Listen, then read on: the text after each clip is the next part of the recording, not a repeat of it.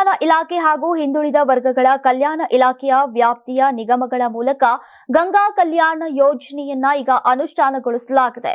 2022-23ನೇ ಹಣಕಾಸು ವರ್ಷಕ್ಕೆ ಹೋಲಿಸಿದ್ರೆ ಕಳೆದ 2 ವರ್ಷಗಳಿಂದಾನು ಯೋಜನೆಯ ಫಲಾನುಭವಿಗಳ ಸಂಖ್ಯೆ ಇಳಿಕೆಯಾಗ್ತಾನೆ ಸಾಗಿದ್ದು, ರೈತರಿಗೆ ವರವಾಗಬೇಕಿದ್ದಂತಹ ಈ ಗಂಗಾ ಕಲ್ಯಾಣ ಯೋಜನೆಯಿಂದ ಪರಿಣಾಮಕಾರಿಯಾಗಿ ಸೌಲಭ್ಯ ಸಿಗದಂತಾಗಿದೆ.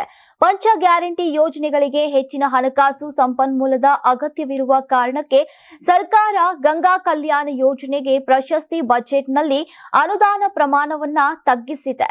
ಇನ್ನು ಅನುದಾನ ಲಭ್ಯತೆಗೆ ಅನುಗುಣವಾಗಿ ನಿಯಮಗಳು ಕಡಿಮೆ ಸಂಖ್ಯೆಯ ಫಲಾನುಭವಿಗಳ ಭೌತಿಕ ಗುರಿಯನ್ನ ನಿಗದಿಪಡಿಸುತ್ತೆ.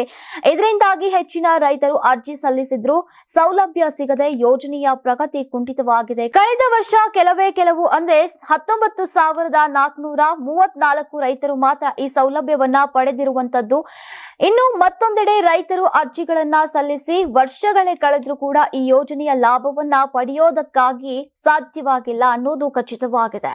ರೈತರು ಸಲ್ಲಿಸಿರುವಂತಹ ಅರ್ಜಿಗಳಲ್ಲಿ 3 ರಿಂದ 4 ವರ್ಷದ ಅರ್ಜಿಗಳೇ ಇನ್ನು ಬಾಕಿ ಇದ್ದು, ರೈತರು ಸಹಾಯಧನಕ್ಕೆ ಜಾತಕ ಪಕ್ಷಿಯಂತೆ ಕಾಯ್ತಾ ಇರೋದು ಸತ್ಯ.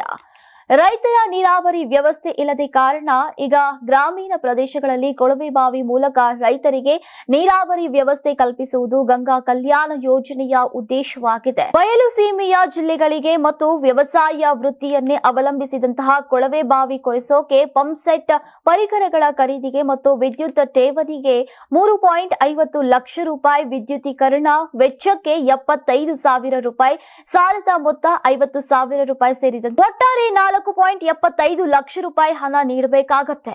ನೀವು ಸಣ್ಣ ಆಗ್ಬೇಕಲ್ವಾ? ಅದು ಒಂದು ಉತ್ತಮ ಆಹಾರದಿಂದ ಸಣ್ಣ ಆಗ್ಬೇಕಲ್ವಾ? ಪ್ರತಿದಿನ ನಮ್ಮ ಜೀನಿ ಸ್ಲಿಮ್ ನ ಯೂಸ್ ಮಾಡಿ ಯಾವುದೇ ಸೈಡ್ ಎಫೆಕ್ಟ್ ಇಲ್ದಂಗೆ ನೀವು ಸಣ್ಣ ಆಗ್ತೀರಾ.